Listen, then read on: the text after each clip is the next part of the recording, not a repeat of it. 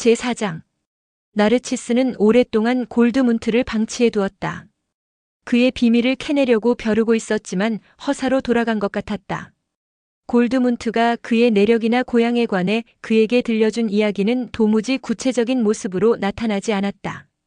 그림자같이 형태가 없는 아버지 이야기와 오래전에 세상을 떠난 어머니에 대한 전설 같은 이야기뿐이었다. 사람의 마음을 읽는 것에 뛰어났던 나르치스는 점점 그의 친구가 생활의 한 부분을 잃어버린 사람, 다른 어떤 괴로움이나 마력의 압박 밑에서 과거의 일부를 잊어버리기로 작정한 사람 중에 하나라는 걸 알게 되었다. 그런 그에게 무엇을 묻거나 깨우친다는 것은 아무 소용이 없다는 것도 깨달았다. 또 자신이 이성의 힘을 과시한 나머지 잔소리만 늘어놓게 되리라는 것도 알게 되었다. 그러나 그를 친구로 결합시킨 사랑은 결코 헛된 것이 아니었다. 때때로 같이 있는 습관도. 두 사람의 본성이 서로 상충되는 점이 많은데도 불구하고 그들은 서로가 상대방으로부터 많은 것들을 배웠다. 그리하여 그들 사이에 이성의 언어와 더불어 영혼과 상징의 언어가 생겨나기에 이르렀다.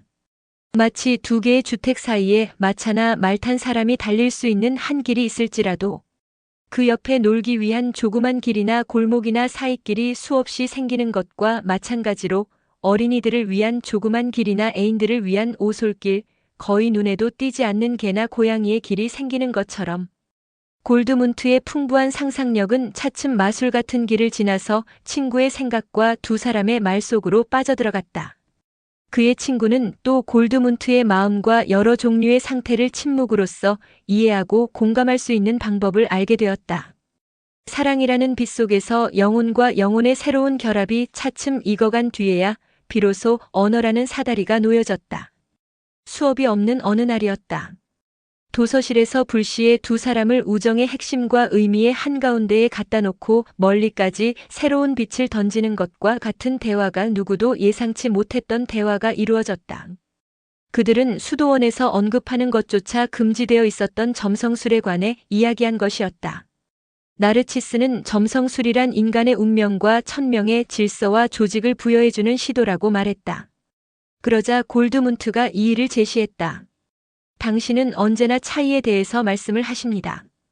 그것이 당신의 가장 특별한 성질이라는 것을 나는 차츰 깨달았습니다. 가령 당신과 나 사이에 있는 커다란 차이에 대해서 당신이 말씀하실 때 그 차이는 언제나 차이를 발견하려고 열중하고 계시는 그 묘한 태도 속에 있는 거라고 나는 생각합니다. 확실히 자네는 핵심을 찔렀네. 사실 자네에겐 차이라는 것은 그다지 중요하지 않지. 하지만 내게는 중요한 일이야. 나의 본성은 학자이고 나의 천직은 학문일세. 학문이라는 것은 자네 말을 인용한다면 차이를 발견하려고 열중하는 것 외에 다른 아무것도 아니란 말일세. 이보다 더 학문의 본질을 내세울 수 있는 말은 없을 거야. 학문적인 인간에게 있어서는 차이의 확인보다 더 중요한 것은 없단 말일세.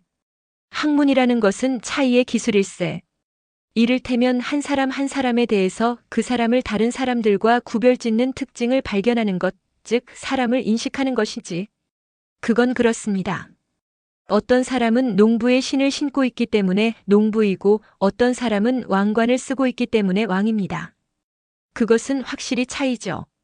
하지만 그런 것쯤은 아직 아무것도 배우지 못한 어린아이라도 알 수 있습니다. 그러나 농부와 왕이 똑같은 차림을 하고 있다면 그때는 어린아이도 구별할 수가 없지 않겠나? 학문이라고 해서 그런 구별을 할 수 있는 것은 아닙니다. 그럴 수도 있겠지. 학문이 어린아이보다 현명하다고 말할 수 없겠지.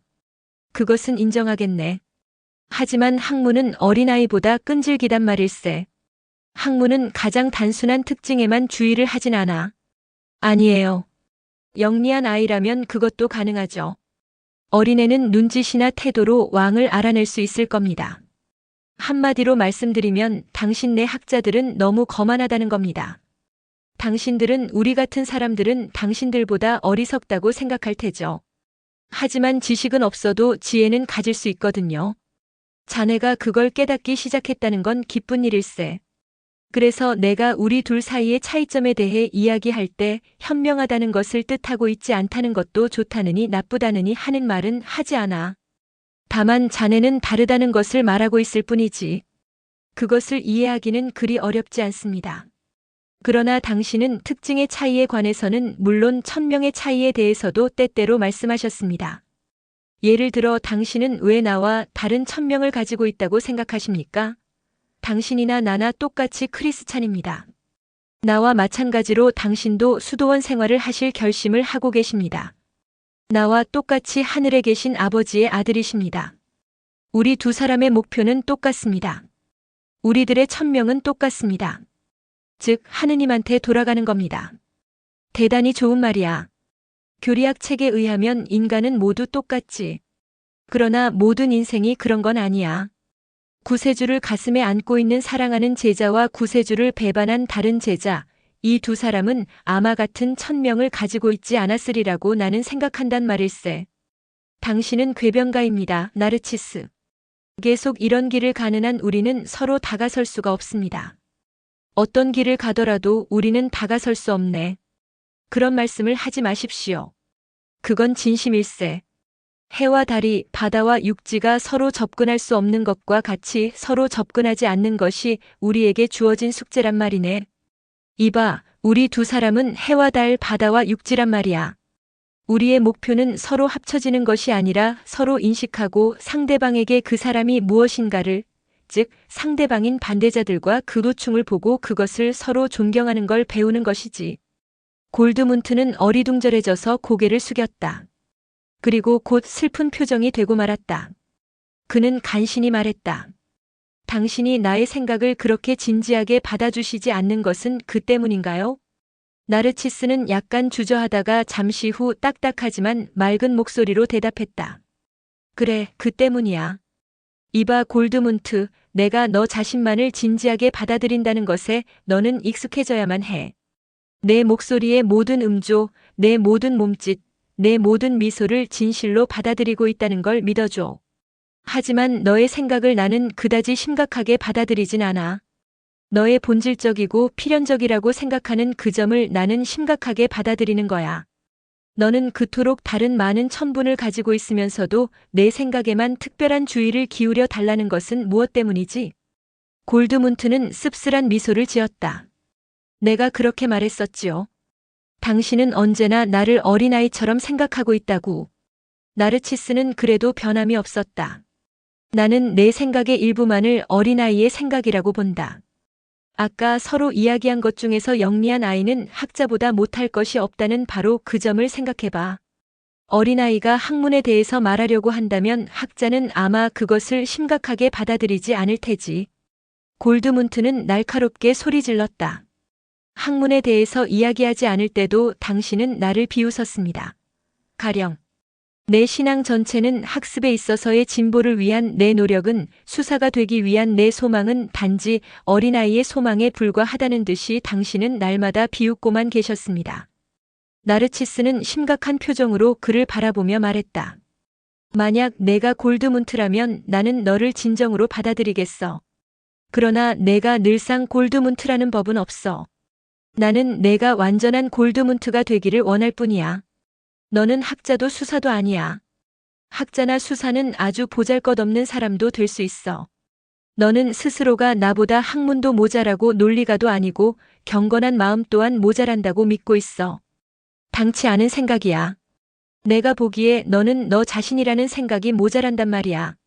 이런 대화가 끝난 후 골드문트는 당황하고 자존심까지도 상해서 돌아갔으나 며칠 뒤에는 벌써 자신이 앞장서서 계속 대화할 의향을 보였다. 이번에는 나르치스가 두 사람의 성격의 차이에 관해서 구체적인 관념을 제공하는 데 성공했다. 골드문트도 그것을 이전보다 더 잘 받아들였다. 나르치스는 열심히 이야기를 했다. 그는 골드문트가 오늘은 전보다 더 많이 마음을 털어놓고 자발적으로 자신의 이야기를 받아들이고 있으며 자신이 골드문트를 제압하고 있다는 것을 느꼈다. 그는 그 성공에 매혹되어서 자신이 의도한 것 이상으로 많은 이야기를 했고 또 스스로의 이야기에 도취되어 버렸다. 내 말을 좀 들어봐. 내가 너보다 우월한 것은 단 한 가지밖에 없어. 말하자면 내가 눈을 지그시 감고 졸고 있고 때로는 완전히 잠을 자고 있는데도 나는 깨어 있다는 것뿐이야. 내가 깨어 있다고 말하는 것은 지성과 의식을 가지고 자기 자신과 자신의 마음속에 있는 비이성적인 힘이나 충동이나 약점을 감지하고 그것을 계산에 넣을 줄 아는 사람을 말하는 거야. 그것을 배우는 것만이 내가 나를 만난 의미를 가질 수가 있는 것이지. 골드문트, 너에게는 정신과 자연, 의식과 꿈의 세계가 아주 멀리 떨어져 있어. 너는 너의 유년 시절을 잊어버리고 있어. 내 영혼의 깊숙한 곳에서 유년 시절이 너를 빼앗아 가지려고 해. 내가 그것을 들어줄 때까지 너는 괴로워할 거야. 그것은 이 정도로 하지. 아까도 말했지만 나는 깨어있다는 점에서만은 너보다 강해. 그 점은 너보다 우월하지. 그러니까 내가 너에게 도움을 줄 수 있는 거야. 하지만 다른 모든 점에 있어서는 내가 나보다 훨씬 우월해. 내가 내 자신을 발견하면 그 순간 너는 나보다 우월하게 되는 거야. 골드문트는 한편 놀라면서 귀를 기울이고 있었으나 너는 너의 유년 시절을 잊어버리고 있다는 말을 듣자 화살에 맞기라도 한 듯 전신을 움츠렸다. 나르치스는 그러나 그것을 미처 눈치채지 못했다. 그는 이야기를 하고 있을 동안 그렇게 하는 것이 말하는 것보다도 더 잘 이해되기라도 하는 것처럼 한참 동안 눈을 감거나 먼 곳을 보고 있었기 때문에 골드문트의 얼굴에 벼랑간 경련을 일으키며 창백해진 것도 몰랐다. 우월하다고요? 당신보다 내가? 골드문트는 중얼거렸다. 무슨 말을 하기는 해야겠는데 온몸이 굳어서 말이 나오지 않았다. 당연한 일이야. 나르치스는 말을 계속했다. 너와 같은 종류의 사람, 강하고 예민한 감각을 가진 사람, 영감을 받은 사람, 몽상가, 시인, 연애하는 사람, 그와 같은 사람은 우리들 다른 인간, 즉 정신적 인간보다는 대개 우월해. 너희들의 본성은 모성적이지. 너희들은 충실한 것 속에서 생활하며 너희들에게는 사랑과 힘과 체험할 수 있는 능력이 제공되어 있어. 우리들 정신적인 인간은 가끔 다른 사람들을 인도하고 지배하고 있는 것처럼 보일지도 모르지만 충실한 것 속에 살고 있지 않고 메마른 생활을 하고 있어. 충실한 생활, 과실의 즙, 사랑의 뜰, 예술의 아름다운 나라는 너희들 것이지. 너희들의 고향은 대지이지만 우리들의 고향은 관념이야. 너희들의 위험은 감각의 세계에 빠지는 것이지만 우리들의 위험은 진공의 공간에서 질식하는 것이야. 너는 예술가지만 나는 사색일 뿐이야. 그리고 내가 어머니의 품에 안겨 잠들어 있을 때 나는 황야에서 깨어 있어. 나에게는 해가 비치고 있으나 내게는 달과 별이 비치고 있고 너의 꿈속에는 소녀가 나타나지만 나의 꿈속에는 소년이 나타난다.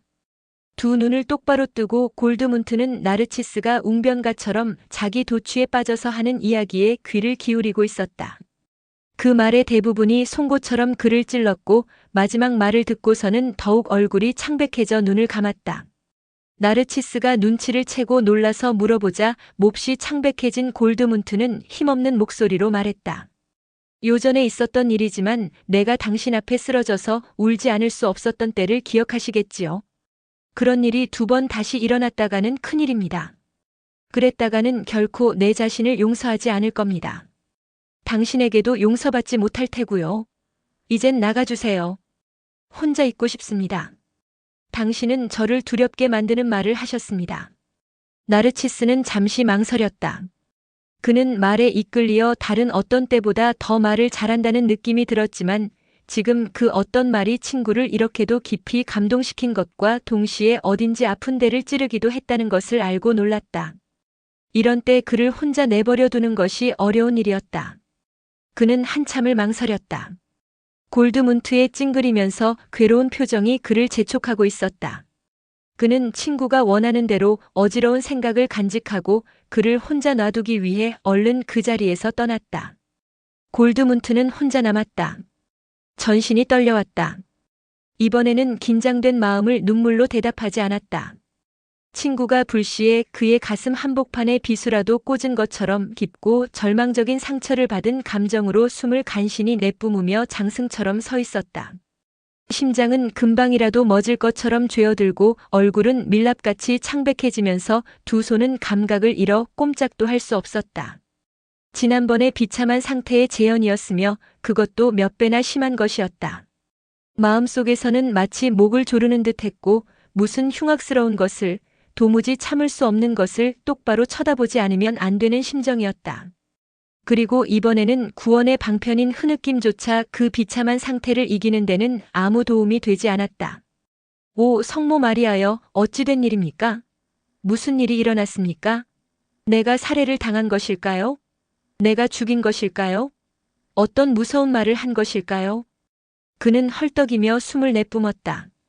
자신의 내부 속에 깊숙이 감추어져 있는 어떤 치명적인 것으로부터 자신을 구출해내지 않으면 안 된다는 감정에 가득 찬 채 마치 독약을 마신 사람처럼 가슴이 찢어질 듯 아팠다. 그는 물속에 빠져 허우적거리는 듯한 몸짓으로 방에서 뛰쳐나가 수도원에서 제일 조용하면서 사람의 그림자라곤 보이지 않는 곳으로 달려갔다. 복도를 빠져나가 계단을 지나 지붕이 없는 곳으로, 하늘이 보이는 곳으로, 그는 수도원의 제일 구석진 피난처, 즉 앞마당을 둘러싸는 회랑으로 들어갔다. 몇 개의 파랑색 화단에는 밝은 빛으로 하늘이 펼쳐져 있고 돌과 같이 서늘한 대기 속에는 감미롭고 수줍은 듯한 장미꽃 향기가 스며 있었다. 나르치스는 아무런 예상도 하지 못하고 벌써 오래전부터 하려고 애태우고 있던 말을 한 것이었다. 즉 그의 친구에게 달라붙어 있는 마귀의 이름을 불러내어 때려 눕히고 만 것이었다. 골드문트는 마음속 비밀은 이 말의 어떤 것에 의해서 혼란스러워지고 미칠 듯한 고통으로 뒤덮여버렸다. 나르치스는 오랫동안 수도원 안을 헤매다니면서 친구를 찾았으나 어느 곳에서도 친구를 찾을 수가 없었다. 골드문트는 회랑에서 마당으로 통하는 둥글고 묵직한 아치형 돌문 아래 서 있었다. 그 아치를 받친 둥근 기둥에서 동물의 머리가 조각된 3개의 석상이 그를 뚫어지게 내려다보고 있었다. 돌로 만든 이 조각은 개인지 늑대인지 분간할 수가 없었다. 밝음으로 인도하는 길도 이성으로 이르는 길도 없고 오직 고통만 있었다. 죽음의 공포가 그의 목구멍과 가슴을 죄었다. 반사적으로 위를 쳐다보니 3마리의 동물의 머리가 사나운 이빨을 내밀고 그의 내장을 물어뜯을 듯 그를 노려보고 있었다. 이제 나는 죽는구나. 그는 전율로 몸을 부르르 떨었다. 저 짐승들이 나를 잡아먹을 거야. 그는 벌벌 떨면서 기둥 아래에 주저앉고 말았다. 고통이 너무 심해 더 이상 견딜 수가 없었다. 그리곤 의식을 잃어 그가 그렇게도 소망하던 무아의 경지에 빠져들었다. 다니엘 원장은 그날 하루를 그리 유쾌하게 보내지 못했다. 나이깨나 먹은 수사 둘이 그를 찾아와 해묵은 질투 때문에 흥분해서 서로 상대방을 비난하며 욕설을 퍼부었다. 원장은 그들의 말을 한참 동안 듣고 나서 2사람을 나무랐으나 아무 소용이 없었다. 할 수 없이 2사람에게 엄한 벌을 내린 다음 엄숙히 물러가라 일렀다. 그러나 소용없는 짓을 했다 싶은 감정이 가슴속에 남아있었다. 원장은 힘없이 아래채 성당의 예배실에 들어가서 기도를 드렸으나 마음이 개운치 못한 채 다시 일어섰다. 그리고 가물거리듯 풍겨오는 장미꽃 향기에 이끌려 회랑으로 들어갔다. 거기서 그는 실신에서 쓰러져 있는 골드문트를 발견했다. 평소에는 그렇게도 아름답고 젊음에 넘친 얼굴이 창백해져서 까무러친 것에 놀라 원장은 슬픈 얼굴을 하고 그를 바라보았다. 유쾌한 날도 아닌데 오늘 또 이런 일이 일어나다니. 원장은 소년을 안아 일으키려고 했으나 너무 무거워서 손을 댈 수가 없었다. 한숨을 깊이 쉬면서 이 노인은 좀 더 젊은 수사 2사람을 불러 소년을 옮기라고 이르고는 곧 의술에 능한 안젤름 신부를 그곳에 보냈으며 동시에 나르치스도 부르러 보냈다. 나르치스는 곧 원장에게로 왔다. 자네는 이미 알고 있겠지? 원장이 나르치스에게 물었다. 골드문트 말씀입니까? 네, 원장 선생님. 지금 막병이 났는지 다쳤는지 실신에 있는 것을 업어왔다는 소리를 들었습니다. 그렇다네. 회랑에 쓰러져 있는 걸 내가 발견했지. 그런 곳에서는 아무것도 못 찾을 텐데. 다치지는 않았어. 기절했지. 좋지 않은 일이야. 이 일에는 자네도 틀림없이 관련이 있을 것 같은데 아니면 뭔가를 알고 있을 거라고 짐작되네만. 그는 자네와는 절친한 사이니까 말일세. 그래서 자네를 보자고 한 걸세. 무슨 말이든 좀 해보게나. 나르치스는 여느 때와 마찬가지로 스스로를 억제한 태도와 말로써 골드문트와의 오늘 있었던 대화 내용, 또 그것이 골드문트에게 예상외로 얼마나 커다란 영향을 끼쳐주는가에 대해서 간단히 들려주었다. 원장은 불만이 가득한 표정으로 고개를 흔들었다. 그것은 이상한 대화였군. 원장은 말을 하면서도 억지로 진정하려고 애썼다. 자네 설명을 들어보니 그것은 다른 사람의 영혼에 대한 간섭이라고도 할 수 있네. 영혼의 구제에 대한 대화라고도 말할 수 있을 정도인 것 같네. 하지만 자네는 골드문트의 영혼 구제자가 아닐세. 아니, 무엇보다 자네는 영혼 구제자가 아니네. 아직 성직을 받고 있지 않단 말일세. 영혼 구제를 맡아보는 성직자에게만 관계가 있는 것임에도 불구하고 어떻게 조언자로 학생과 그런 대화를 할 수 있었는가? 결과는 보다시피 좋지 않았다는 것만은 사실이지 않는가? 원장 선생님. 나르치스는 부드러운 말씨로 그러나 명확하게 말했다. 결과는 아직 모릅니다. 심한 충격을 일으켰다는 것에 대해서 저도 퍽 놀랐습니다. 우리들의 대화의 결과가 골드문트를 위해서 좋은 일이 되리라 확신합니다. 결과는 곧 알게 되겠지. 그러나 나는 지금 결과에 대해서가 아니라 자네의 행동에 대해서 이야기하고 있는 중일세. 어떤 이유로 자네는 골드문트와 그런 대화를 나누게 되었지. 알고 계시겠지만 그는 제 친구입니다. 그에게 특별히 마음을 두고 있습니다. 그를 특히 잘 이해하고 있는 줄 믿습니다. 선생님께서 그에 대한 저의 태도를 영혼 구제자라 하십니다. 저는 성직자의 권위를 넘어본 적이 한 번도 없습니다. 단지 그가 자기 자신을 알고 있는 것보다는 어느 정도 제가 더 잘 그를 알고 있다고 믿었습니다. 원장은 어깨를 으쓱했다. 자네의 특별한 재능에 대해선 나도 잘 알고 있네만 자네가 한 행동이 나쁜 결과를 일으키지 않는다면 좋을 텐데. 골드문트는 병이 난 건가? 혹시 어디가 아프다거나 허약한 게 아닌가 하는 거야. 잠을 잘 이루지 못하는가, 아무것도 먹지 않는가? 그것도 아니면 어디 특별한 통증이라도 있단 말인가?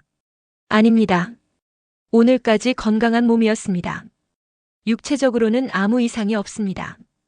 그렇다면 영혼의 병 때문입니다.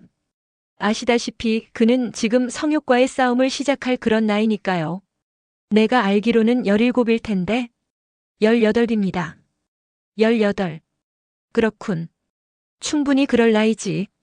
하지만 그것은 누구나 거치지 않으면 안 되는 자연스런 싸움이야. 그러니 그의 영혼이 병들었다고는 말할 수 없네. 아닙니다, 선생님. 그것만이 아닙니다. 골드문트는 벌써 오랫동안 영혼의 병을 앓고 있었습니다. 그러니 이 싸움은 다른 사람보다도 그에게 있어서는 훨씬 위험한 것입니다. 제가 알기로는 그는 과거의 일부를 잃어버린 것에 괴로워하고 있습니다. 그래? 어떤 부분이란 말인가? 그의 어머니와 관계된 모든 것입니다. 그것에 관해서는 저도 아는 게 없습니다. 거기에 병의 원인이 틀림없이 있다는 것을 짐작할 뿐입니다. 이유를 말씀드리자면 골드문트 자신이 어머니를 일찍 잃었다는 것 외에 어머니에 대해서는 한 가지도 모르기 때문입니다. 저는 그가 자신의 어머니를 부끄러워하는 게 아닌가 하는 생각이 듭니다. 하지만 그의 재능과 그 모든 것은 어머니에게서 비롯된 것임이 틀림없습니다. 왜냐하면 그가 그의 아버지에 대해서 말하는 것을 들어보면 그의 아버지는 그렇게도 아름답고 재간덩어리인 개성이 남다른 아들을 둘 그런 사람이라고는 생각되지 않기 때문입니다. 그렇다고는 하지만 저의 이런 일체의 것을 들어서 알고 있는 것이 아니라 징조에서 추론한 데 불과합니다. 원장은 처음에는 마음속으로 나르치스는 골드문트보다 좀 우월한 생각을 갖고 있구나 하고 비웃으며 이 사건 전체를 귀찮게 여기고 있었으나 차츰 생각에 잠기기 시작했다. 원장은 골드문트의 아버지, 어느 정도 허식이 심하고 신뢰감이 가지 않는 그 사나이에 대해 생각해 보았다. 이런저런 생각을 하다가 비로소 그 남자가 골드문트의 어머니에 대해서 암시한 몇 마디 말이 갑자기 떠올랐다. 그 여자는 자신에게 치욕스런 행동을 하고 도망쳐버렸다. 아버지는 어린 자식의 마음속에서 어머니에 대한 기억과 어머니한테서 이어받았을지도 모르는 악덕의 모든 기억을 지워보려고 애를 썼다. 그것이 어느 정도 성공해서 소녀는 어머니가 저지른 죄악의 보상을 위해서 한평생을 하느님한테 바칠 결심을 한 것 같았다. 그 사나이는 그런 말을 했었다. 원장은 오늘처럼 나르치스에게 혐오를 느낀 적이 없었다. 그렇지만 이 생각 깊은 젊은이는 얼마나 훌륭한 추측을 내린 것일까? 사실 얼마나 자세하게 골드문트를 알고 있는 것일까? 마지막으로 오늘 일어난 일에 대해서 다시금 질문을 받자 나르치스는 말했다. 오늘 골드문트가 빠져들어간 걱정은 제가 의도한 바가 아니었습니다. 제가 그의 생각을 일깨우게 한 것은 그가 자기 자신을 인식하지 못한다는 것, 자신의 유년 시절이며 자신의 어머니를 망각했다는 것 때문이었습니다. 제가 한 어떤 말이 그의 마음에 충격을 주고 제가 벌써 오랫동안 싸움의 목표로 하고 있었던 암흑 속을 밀고 들어간 데 불과합니다. 그는 마치 방심한 사람처럼 저의 것은 인식하나 자기 자신이 것은 인식하지 못하는 듯이 저를 쳐다보았습니다. 저는 그에게 자주 너는 잠을 자고 있다, 정말로 깨어있지 않다 하고 말해주었습니다. 지금 그는 깨어났습니다. 저는 그것을 의심하지 않습니다. 그는 훈계는 받지 않고 물러났으나 당분간 골드문트를 찾아가는 것은 금지당했다. 그동안 안젤름 신부는 정신을 잃은 소년을 침대에 눕히고 옆에서 지켜보았다. 무리한 방법을 써서 의식을 돌아오게 한다는 것은 좋은 방법이 아닌 것 같았다. 소년의 병세는 무척이나 좋지 못했다. 인정 많은 노인은 주름 살투성이의 선량한 얼굴로 소년을 내려다보았다. 그러고는 우선 맥을 짚어보고 심장에 귀를 갖다 대었다. 이 소년은 확실히 무슨 뜻하지 않은 어떤 것, 이를테면 찬 것을 먹었거나 아니면 무슨 독초를 먹었다고 생각했다. 그런 것을 추측하면서도 혓바닥을 볼 수는 없었다. 안젤름 신부는 골드문트를 좋아했으나 그의 친구인 너무나 젊고 조숙한 그 조교사 나르치스는 좋아하지 않았다. 결국 큰 일을 저지르고야 말았다. 나르치스가 이 어리석은 사건의 공범이라는 것이 확실했다. 이다지도 귀엽고 시원한 눈매를 한 소년이, 이다지도 귀여운 자연의 아들이 하필이면 저 거만한 학자, 이 세상에 생명이 있는 어떤 것보다도 그리스어를 더 소중히 여기고 있는 공허한 문법학자와 친하게 되었단 말인가. 오랜 시간이 흐른 뒤 문이 열리면서 원장이 들어왔을 때에도 안젤름 신부는 여전히 자리에 앉아서 정신을 잃고 있는 소년의 얼굴을 가만히 들여다보고 있었다. 얼마나 귀엽고 앳되고 사심 없는 얼굴인가. 이렇게 옆에 앉아서 도와주어야만 하는데도 그럴 수가 없다니. 원인은 확실히 복통일 것이다. 향료가 든 포도주를 따뜻하게 데워 먹이고 아마 대왕을 다려 먹여야 하리라. 그러나 유록색으로 창백해지고 찌푸린 얼굴을 들여다보면 볼수록 그의 마음에는 의욕이 솟아나는 것이었다. 안젤름 신부는 경험이 있었다. 오랜 생애를 통해서 그는 악마에 홀린 사람을 몇 번이나 본 일이 있었다. 그는 그 의심이 되는 증세를 입에 담기를 주저했다. 좀 더 참을성 있게 관찰해보는 게 좋겠지. 하지만 이 가엾은 소년이 악마에 홀린 것이 사실이라면 그 범인을 찾아내어 가까이 할 수 없도록 막아야 한다고 신부는 생각하고 있었다. 원장은 한 걸음 다가서서 환자를 들여다보다가 한쪽 눈꺼풀을 젖혀보았다. 깨워도 괜찮을까요? 원장이 물었다. 좀 기다려보는 게 좋을 듯합니다. 심장은 거의 정상입니다만 아무도 가까이에서는 안 되겠습니다. 위험하지는 않겠죠? 그런 것 같지는 않습니다. 상처도 없고 타박상을 입었거나 어디서 떨어진 흔적도 보이지 않습니다. 단지 정신을 잃었을 뿐입니다. 아마도 복통이 아닐까 생각합니다. 통증이 너무 심하면 의식을 잃을 수도 있으니까요. 만약 약물 중독이라면 열이 높을 것입니다. 아니, 다시 눈을 뜰 것입니다. 생명에는 별 지장이 없으니까요. 혹시 마음의 상처에서 비롯된 병은 아닐는지요? 그럴 수도 있겠지요. 혹시 아는 사람이 있는지 모르겠군요. 심한 충격을 받았다든지 누가 죽었다는 통지를 받았거나 심한 싸움을 했거나 모욕을 받았거나 한 것이 아닐까요? 그걸 알면 모든 것은 해결할 수 있을 텐데요. 모르겠는걸요. 아무도 가까이 하지 못하도록 주의를 해야겠어요. 그 애가 눈 뜰 때까지 곁에 있어 주시오. 위험하거든 밤중에라도 상관없으니 나를 부르도록 하시오. 나가기 전에 원장은 한 번 더 환자에게로 몸을 굽혔다. 원장은 이 소년의 아버지와 이 예쁘장하고 밝은 금발의 소년이 수도원에 온 그날 그리고 모두가 얼마나 그를 금세 좋아하게 되었나 등 여러 가지 기억을 더듬어 보았다. 원장도 이 소년을 보는 것이 즐거웠다. 그러나 나르치스가 한 이야기도 사실은 옳았다. 이 소년의 어떤 면에서도 아버지를 머릿속에 그리게 할 수 없었다. 아, 근심 걱정이 없는 곳이 어딘가. 우리들의 행위는 얼마나 무력한가. 이 가엾은 소년에 대해 소홀한 점이 내게는 없었단 말인가. 그에게 적당한 고해의 신부가 있었을까? 수도원 안에서 나르치스 외에는 아무도 이 학생에 대한 사정을 알고 있지 못했는데 그래도 괜찮단 말인가? 아직 수습 수사의 처지에 있는 사람이 수사도 아니고 성직도 얻지 못한 사람이 그를 도울 수 있었단 말인가?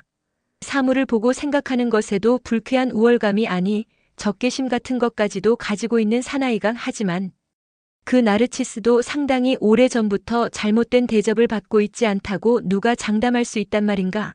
나르치스가 복종이란 가면의 배후에서 아기를 숨기고 있었는지 아닌지 잘못 생각한 것이겠지만 혹 이교도가 아니었는지 누가 알겠는가? 이 젊은 두 사람이 장차 어떤 사람이 되든 거기에도 원장 자신의 책임이 있었다. 밤이 되자 골드문트는 의식을 회복했다. 머리는 텅 비고 어지러웠다. 침대에 드러 누워 있다는 것은 짐작이 갔지만 이곳이 어딘지는 통 알 수가 없었다. 그는 그런 것을 생각해 보려고도 하지 않았다. 아무래도 좋았다. 그러나 대체 어딜 갔다 왔을까? 온갖 것을 보고 부딪혀 보았던 그 낯선 나라는 어디였을까? 어딘지 무척 먼 곳에 있었다. 무엇을, 무슨 이상한 것을, 무슨 으리으리한 것을, 무슨 흉악스런 것을, 잊어서는 안 되는 것을 그는 보았다. 그러나 그것을 잊어버렸다. 그곳은 어디였을까? 거기서 그의 앞에 그토록 커다랗게 안타깝도록 즐겁게 솟아났다가는 또 잠기어버리고 만 것은 무엇이었을까? 오늘 무언가가 찢어져서 무언가가 발생한 곳을 향해 그는 주의를 집중시키고 있었다. 그것은 무엇이었나? 아무렇게나 그저 혼돈된 온갖 형태가 솟아올랐다. 세 개의 머리가 보였다. 장미꽃 향기가 났다. 아, 얼마나 무서운 고통이었던가. 그는 다시 잠이 들었다. 그는 다시금 눈을 떴다. 그는 재빨리 미끄러지면 떠나가는 꿈나라가 소멸하는 그 순간에 그것을 잡았다. 그러고는 그 모습을 재차 발견하고 끝없는 환희에 젖어 있기라도 한 듯 전신을 떨었다. 그는 보았다. 볼 수 있었다. 그 여인을 보았다. 커다랗고 눈부신 여인을, 꽃이 만발한 듯한 입술과 빛나는 듯한 머리카락을 가진 여인을, 어머니를. 동시에 너는 너의 유년 시절을 망각해버렸어 하는 소리를 분명히 들었다. 그러나 그것은 누구의 목소리였을까? 그는 귀를 기울이고 생각하다가 마침내 깨달았다. 그것은 나르치스였다. 나르치스? 그 순간 모든 것을 기억해냈다. 이제야 알게 되었다. 아, 어머니, 어머니. 쓰레기의 산 망각의 밝고 푸른 여왕 같은 시선으로 이미 죽어버린 그 여인은 그를 바라보았다. 어떻게 말로 표현할 수 없는 그리운 여인이. 침대 곁에 안락 의자에 기대 졸고 있던 안젤름 신부가 눈을 떴다. 소년이 움직이며 호흡하는 소리가 들렸다. 조심스레 그는 일어섰다. 누구세요? 골드문트가 물었다. 나야, 걱정하지 마. 불을 켤 테니. 그는 걸어놓은 등잔에 불을 켰다. 주름살투성이의 그 인정 많은 얼굴이 불빛에 드러났다. 제가 지금 알아놓은 건가요? 소년이 물었다. 정신을 잃었었단다. 골드문트, 손을 이리 다오. 맥을 좀 짚어보자꾸나. 기분은 어때? 좋습니다. 안젤름 신부님 감사합니다. 이 친절을 어떻게 갚지요? 이젠 아무데도 아프지 않습니다. 좀 피곤할 뿐입니다. 물론 피곤할 테지. 하지만 곧 다시 잠이 들 게다. 그 전에 포도주나 한 잔 마시렴. 여기 준비한 게 있어. 같이 마실까? 우정의 표시로 말이다. 그는 조심스레 포도주에다 향료를 넣은 다음 따뜻한 물을 컵에 따랐다. 우리 둘은 실컷 한숨 잤단 말이야. 의사인 신부는 호쾌하게 웃었다. 잠에 흠뻑 빠져서 정신을 차릴 수 없는 인간이라고, 큰일 날 간호인이라고 날 생각할지 모르지만 우리는 같은 인간이란 말이야. 안 그래? 자, 이 마법의 음료수를 좀 마시자꾸나 애야. 밤중에 몰래 조금씩 마시는 것만큼 기분 좋은 일은 없는 법이거든. 자, 건배. 골드문트는 미소를 지으며 서로 잔을 부딪히고 맛을 보았다. 따뜻한 포도주는 계피와 정향나무 향료가 들어있고 설탕을 넣어서 달콤했다. 이런 술은 아직 한 번도 마셔본 적이 없었다. 지난번 그가 알아 누워 있었을 때는 나르치스가 그를 보살펴 주었다. 그때 일이 머리에 떠올랐다. 희미한 등잔불 아래에서 한밤중에 늙은 신부와 따뜻하고 달콤한 포도주를 마신다는 것은 정말 유쾌한 일이 아닐 수 없었다. 아직도 배가 아프냐?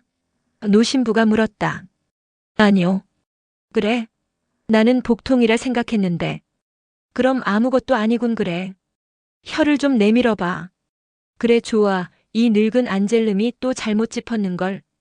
내일도 가만히 누워 있어야 한다. 내가 와서 봐줄 테니. 포도주는 벌써 다 마셨지? 그래야지. 틀림없이 효과가 있을 거다. 어디 보자 얼마나 남았나? 사이좋게 나누면 반잔씩은 더 마실 수 있겠구나. 골드문트. 넌 정말 우릴 얼마나 놀라게 했는지 모른다. 어린 송장처럼 회랑에 쓰러져 있었으니 말이야. 정말 배는 아프지 않니? 두 사람은 킬킬대고 웃으며 나머지 환자용 포도주를 사이좋게 나누어 마셨다. 신부는 농담을 늘어놓았고 골드문트는 감사하고 즐거운 마음으로 다시 맑아진 눈매로 신부를 쳐다보았다. 잠시 후 신부는 잠자리에 들기 위해 자리를 떴다. 골드문트는 한참이나 눈을 뜬 채로 누워 있었다. 환영들이 다시금 그의 마음속에서 서서히 걸어 나왔다. 친구의 말이 다시금 떠올랐으며 영혼 속에서 금발로 반짝거리는 여인이 어머니가 또 나타났다. 그 모습은 흡사 미풍과도 같이 생명과 온기, 용기와 예감의 구름처럼 그의 가슴 속으로 스며들었다. 아, 어머니. 내가 어떻게 어머니를 잊어버릴 수 있었단 말입니까?